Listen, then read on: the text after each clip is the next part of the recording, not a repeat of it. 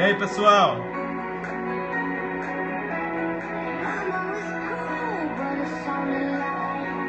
Como é que estamos? Vamos chegando, vamos chegando.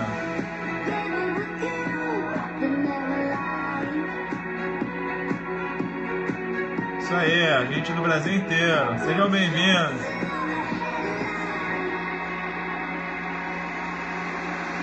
Porto de Galinhas. Se eu morasse em Porto de Galinhas, eu não ia estudar nunca.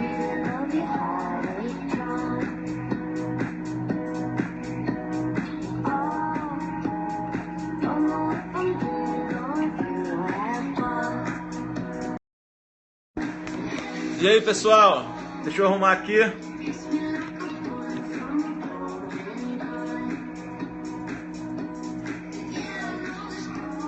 E aí, gente do Brasil inteiro. Quem falou que mora em Porto de Galinhas aí deve ser difícil estudar, hein? Não dá pra estudar. Como vai estudar? Só camarãozinho, não sei o quê. Contabilidade bancária não. Contabilidade bancária vocês têm que ver com o professor Felipe Lessa. Ele é professor de estratégia. Ele que ministra essa parte de contabilidade bancária, beleza? E aí, galera, como é que estamos? Vamos chegar, vamos subir coraçãozinho aí. Só tem um roxinho, olha lá, só tem um roxinho hoje. Como é que estamos, pessoal? Fim de semana, passou. Vamos continuar estudando. Quem puder compartilhar aí pra galera, tá bom? Muito obrigado aí pelos coraçõezinhos. E vamos continuar os nossos estudos, tá bom? Várias pessoas vieram sugerir temas. Boa noite, fala aí, parceiro, fala, Edu. Várias pessoas vieram sugerir temas para eu falar, e aí eu tô considerando todos, tá? Quem não viu, eu coloquei lá a análise, exatamente, eu coloquei a análise lá do edital da Receita Federal, vocês viram? O que acharam, galera? Ficou bom, né? Ali tá por tópico tudo que vocês precisam saber, tá? A banca, valeu, já foi bastante acessado aí hoje.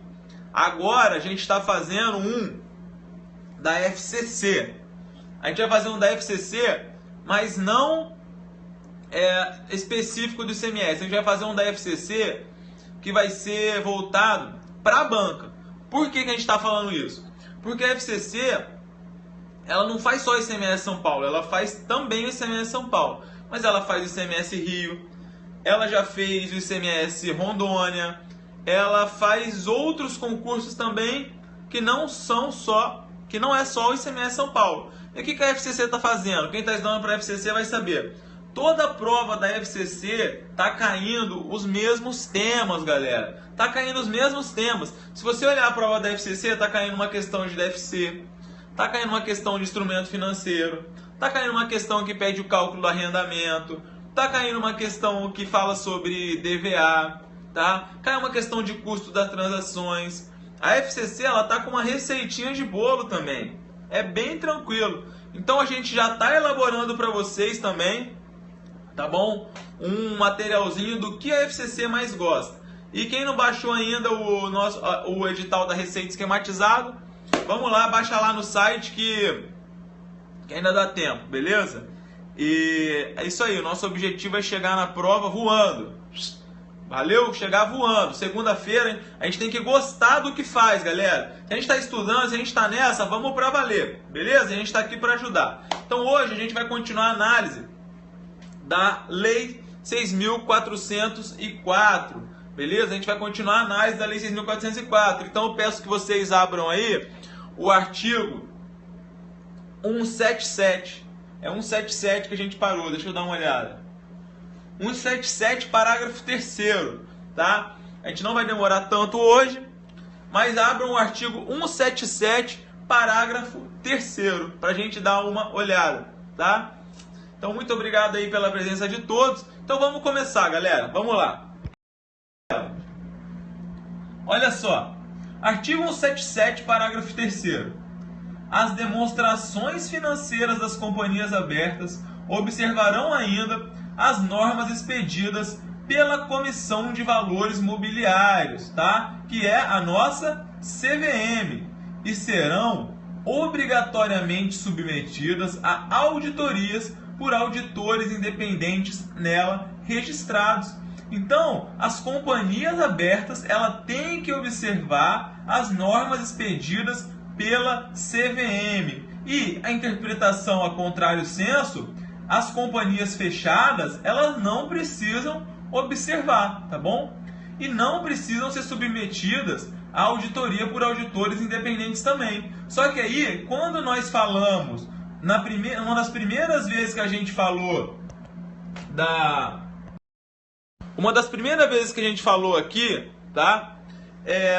A gente falou o quê? Sobre as sociedades de grande porte. A gente falou que na Lei 11.638, lá fala que a sociedade de grande porte, tá? Mesmo que ela não esteja constituída sob a forma de sociedade por ação, ela tem que observar os dispostos, tá? Na Lei 6.404, e aí também tem que ser auditada por auditores independentes, tá? Então, a sociedade de grande porte, isso está na Lei 11.638, ela tem que observar o disposto na Lei 6.404 e quanto à elaboração, tá bom? Quanto à elaboração, eu falei que a sociedade de grande porte, ela tem que observar o disposto na Lei 6.404 quanto à elaboração, mas elas não precisam publicar. A intenção de publicar, ela estava no anteprojeto de lei, inclusive, mas ela foi retirada na redação final da Lei 11.638.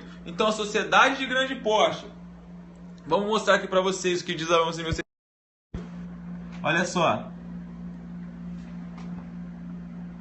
Aplicam-se à sociedade de grande porte, ainda que não constituída sob a forma de sociedades por ações, as disposições da Lei 6.404 sobre escrituração e elaboração das demonstrações financeiras e a obrigatoriedade de auditoria independente por auditor registrado na CVM. Então anotem esse outro ponto que está no parágrafo único, que ele é bem importante também, que é: considera-se de grande porte, para os fins exclusivos dessa lei, a sociedade ou conjunto de sociedades sob controle comum que tiver no exercício social anterior, tá? Então aí que vem a nossa questão. Ativo total superior a 240 milhões, anotem, tá? Ou receita bruta, cadê?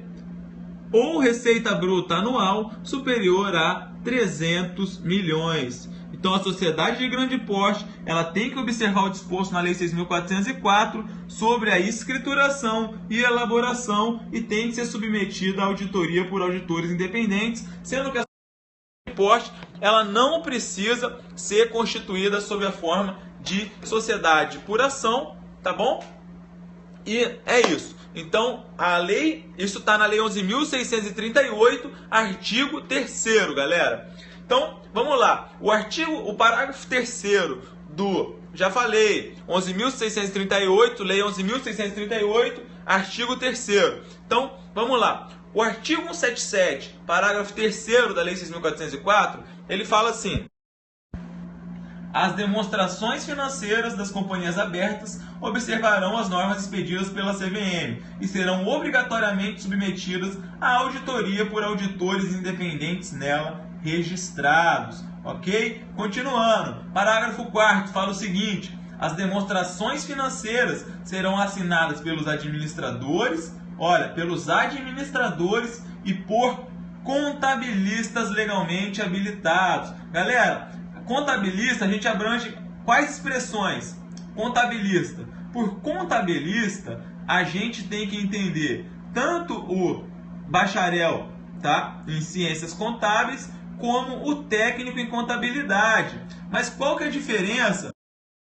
Tá? Qual que é a diferença entre o bacharel em ciências contábeis e o técnico? Basicamente, o técnico ele também pode assinar as demonstrações contábeis. Por isso que a Lei 6.404 fala contabilista.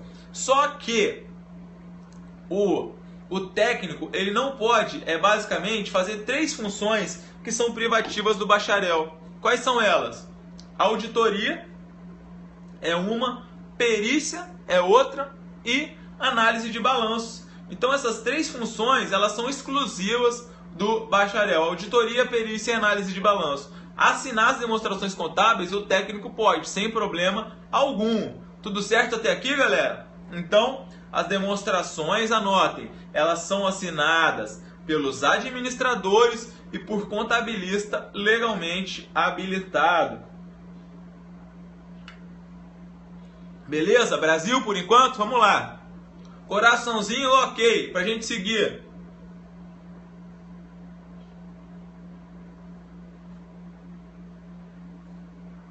Isso tá no Código Civil, tá? Isso tá no Código Civil, que se não tiver contabilista legalmente habilitado, quem assina são os sócios, tá bom? Só os administradores.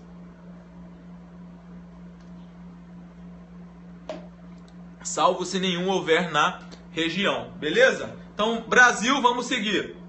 Olha lá, vamos pro parágrafo 5º, que fala o seguinte: as normas expedidas pela CVM, a que se refere o parágrafo 3º deste artigo, deverão ser elaboradas em consonância com os padrões internacionais de contabilidade adotados nos principais mercados de valores mobiliários. Aqui é uma questão simples. Aqui é justamente a finalidade pela qual vieram ao mundo a Lei 11.638 e a Lei 11.941, que é a convergência da contabilidade nacional, tá, aos padrões internacionais, a fim de facilitar o entendimento da informação pelos usuários das demonstrações contábeis. Então, as normas expedidas pela CVM, elas têm que ser elaboradas em consonância com padrões internacionais. Então, aí nós estamos se referindo aos CPCs, ok? Os CPCs, eles são editados pelo Comitê de Pronunciamentos Contábeis,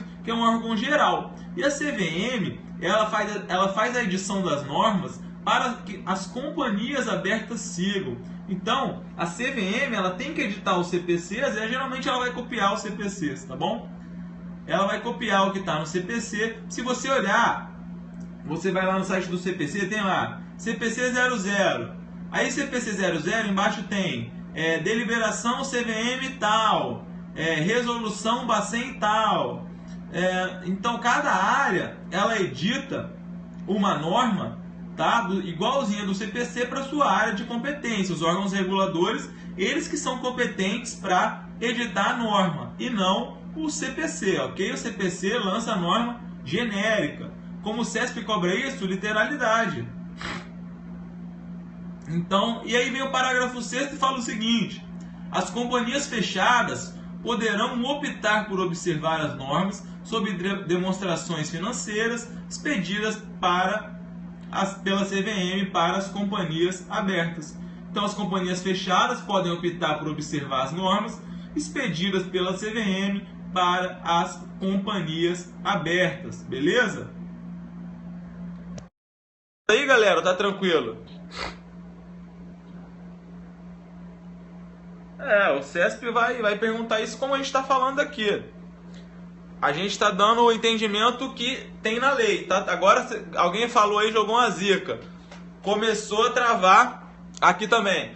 As de grande porte, elas devem, porque aí vem um dispositivo que é o da Lei 11.638, artigo 3º, tá bom? Então, só vamos falar mais uma coisa, então, pra gente terminar. Opa, pera aí.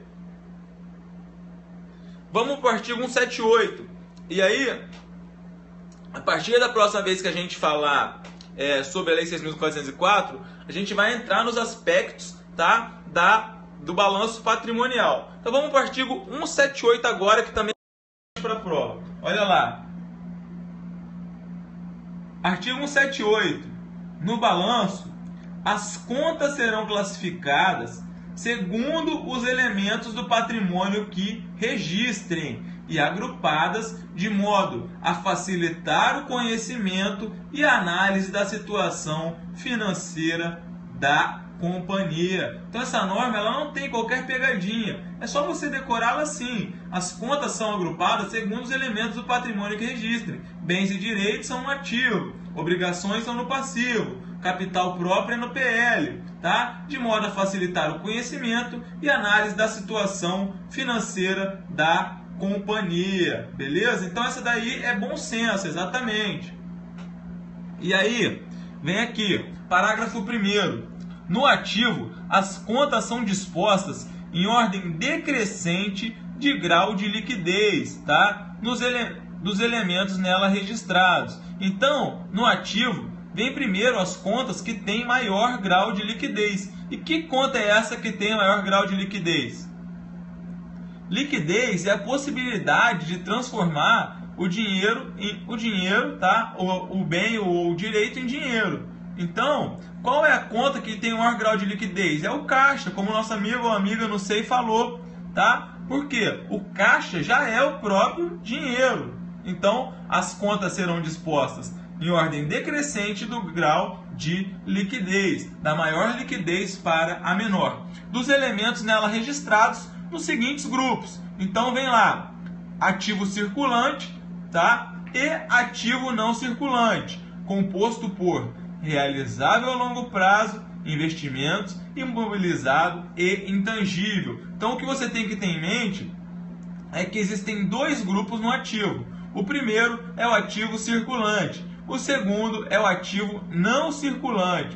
Antes nós tínhamos ativo circulante, ativo realizável a longo prazo e ativo permanente, ok? Mas agora não. Isso mudou com a Lei 11.941. Então agora é só ativo circulante e não circulante, composto por realizável a longo prazo, investimentos, imobilizado e intangível. E cadê o diferido que estava aí, galera? Cadê o diferido?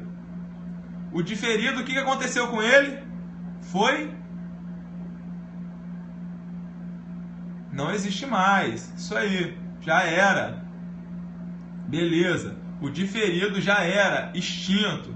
Galera, tá bem. Então, continuando. Parágrafo 2º fala o seguinte: no passivo, as contas serão classificadas nos seguintes grupos: passivo circulante, passivo não circulante e patrimônio líquido, dividido em capital social, reservas de capital, ajustes de avaliação patrimonial, reservas de lucro, ações e tesourarias e prejuízos acumulados. Então, antigamente, era passivo circulante, passivo exigível a longo prazo e patrimônio líquido. Agora, não. Agora é passivo circulante, passivo não circulante e patrimônio líquido, beleza? E aí o patrimônio líquido ele é dividido como? Capital social, reservas de capital, ajuste de avaliação patrimonial, reserva de lucro, ações e tesouraria e prejuízos acumulados. Cadê a conta lucros acumulados, galera? Cadê a conta lucros acumulados? Isso aí, Fernanda. Sempre você. Então a conta lucros acumulados não pode mais ficar sem destinação específica. Muito bom, Juscelene. Isso aí. Então, não pode mais reter lucros injustificadamente. Então, o montante que sobrar, ou ele vai ter que ir para dividendos adicionais, tá? Ou você vai ter que constituir reserva de lucro, ou você vai ter que aumentar o capital social, tá? E a conta receita diferida. A conta receita diferida ela fica onde? Tá bom? A conta receita diferida ela fica onde aí? Receita diferida entra onde? Entra no passivo não circulante, tá? A conta receita diferida, não. Receita diferida é uma conta do passivo não circulante. Eu vou explicar para vocês rapidamente. Deixa eu achar a aula aqui. Espera aí. Vou ler para vocês o porquê que a conta receita diferida... Espera aí. Deixa eu achar aqui o segundo. Por que ela fica no passivo não circulante e ela não fica no passivo circulante independentemente do prazo? Deixa eu achar aqui rapidinho.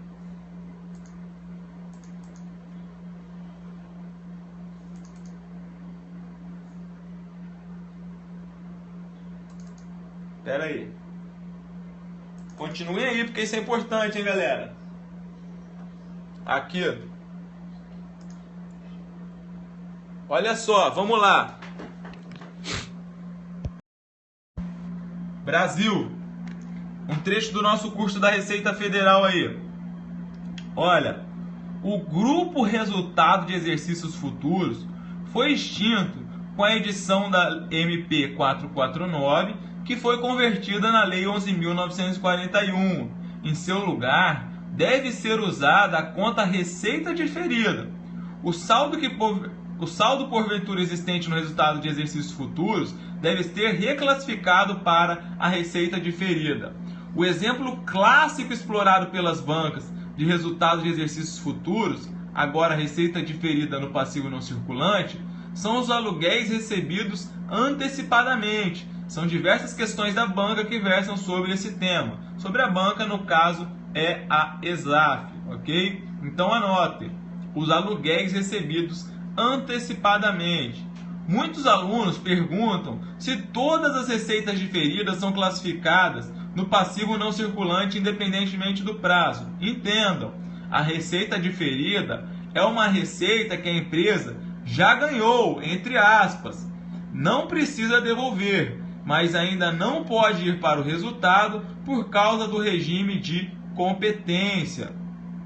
Assim, não há sentido colocá-la, faltou um acento, né, nessa colocá-la. Não há sentido colocá-la no passivo circulante, pois a receita diferida não será paga a ninguém e passivo implica um pagamento a terceiro. Tudo bem? Beleza? Entenderam? Se entenderam, Brasil, o coraçãozinho. Maravilha. O que foi extinto é resultado de exercícios futuros. Em seu lugar entrou, tá? Em seu lugar entrou receitas diferidas. Então, por exemplo, aluguel recebido antecipadamente. Quando você recebe um aluguel antecipadamente, existe um princípio na contabilidade que é o chamado princípio da competência. O que o princípio da competência fala? Que as receitas e despesas elas vão para o resultado do exercício conforme elas incorram. Então, se você recebeu um aluguel antecipadamente, você recebeu uma receita antecipadamente de aluguel, ok? E aí há uma cláusula que não é restituível esse aluguel. Esse aluguel não tem restituição. O que acontece? Você recebeu o dinheiro, você tem que lançar no caixa, porque o seu caixa tem que estar batendo com o valor que tem ali, tá? O caixa tem que estar batendo com o valor que tem ali. Só que você não pode lançar isso como receita no resultado do exercício, porque ainda não foi o regime de competência, galera. Não foi o regime de competência. Então o que você vai fazer? Você recebeu um aluguel antecipadamente, você vai lançar na conta caixa, débito. Só que a contrapartida vai ser a conta aluguéis recebidos antecipadamente, que vai ser uma receita diferida, ok? É uma receita diferida, porque não aconteceu o fato gerador. Aí, existe uma questão que é se existe ou não cláusula de restituição. Mas isso, a maioria das bancas consideram que, por exemplo, aluguéis recebidos antecipadamente é uma receita diferida. Ela não pode, exatamente, ela não pode ainda ir para o resultado porque não foi o fato gerador dela, que é o transcurso do aluguel, ok? Então ela vai ficar na conta receita diferida do passivo não circulante. Porque o caixa você já computou quando você recebeu. Ela fica no passivo não circulante na conta receita diferida.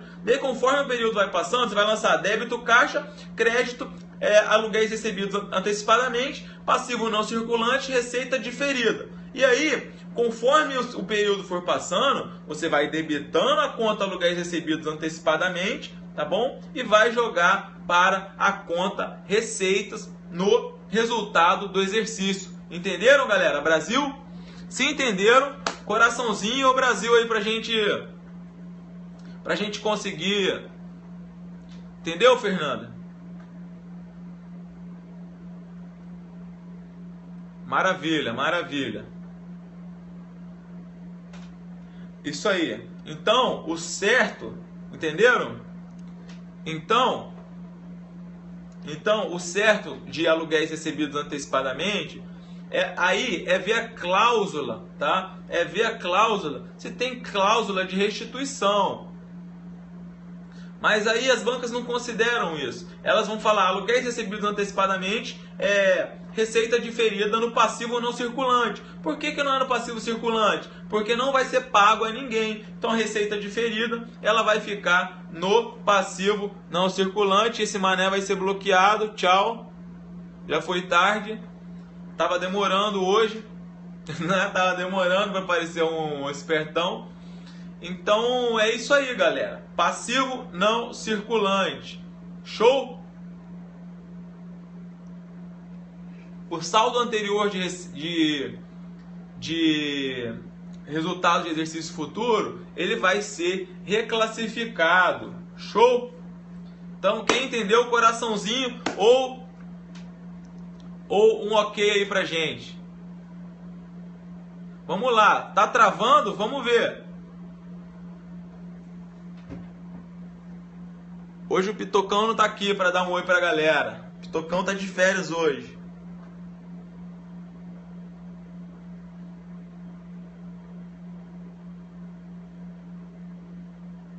Beleza, maravilha.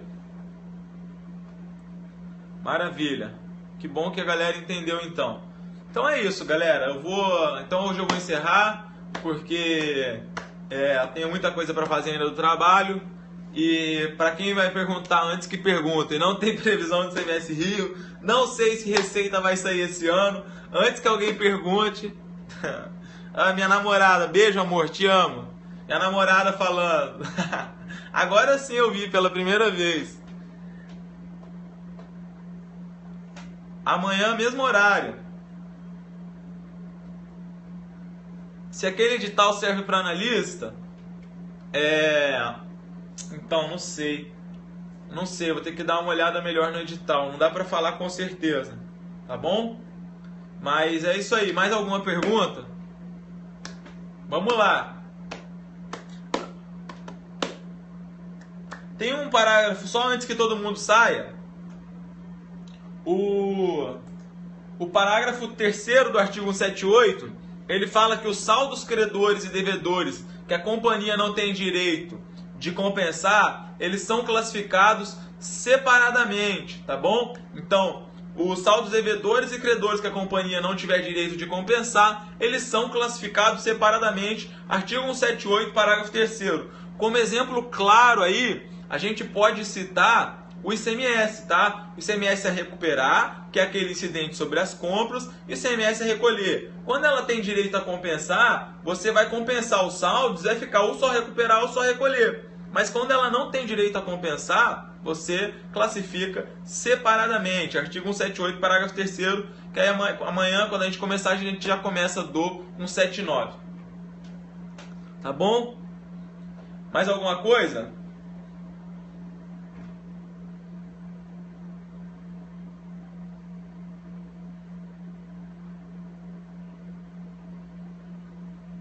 Não entendi muito bem a pergunta, Fernanda. Depois você me manda no Facebook. Amanhã mesmo horário, todo dia mesmo horário, por volta das 22. Aquele vídeo de FC eu vou começar a estudar agora, tá? Agora não, vou começar a fazer um esquematizado aí, vai ser disponibilizado sim. Eu vou tentar fazer isso nesse final de semana, impreterivelmente, para vocês, tá bom? Então, se alguém tiver mais alguma dúvida, fale agora. O cálice para sempre. Ações de tesouraria é sim retificadora, tá? Galera, aqui não adianta a gente querer fazer um dia muito aprofundado, só coisa avançada, nem só coisa básica. A gente tem que misturar, porque tem assuntos muito difíceis, tem assuntos muito fáceis. Eu falei sobre a construção de ativo para uso próprio, tá bom? Então isso já é um tema mais avançado. Hoje eu falei sobre a Lei 6.404, que é um tema um pouco mais básico. E assim a gente vai aos poucos. O importante é que todo mundo tenha um conhecimento que vá se solidificando. Até porque isso aqui é um negócio, é uma chat para dicas. Então não adianta a gente querer fazer um curso aqui porque a gente não tem ferramentas. Tá bom? Mais alguma pergunta? Fale agora ou cale-se para sempre.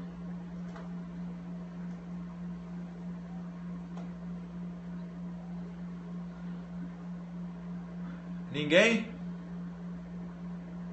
Tô livre para fazer um omelete para jantar. O livro do Ricardo Ferreira é muito bom sim. ICMS Rio, quem falar ICMS Rio vai ser bloqueado. Milagre, ninguém perguntou hoje.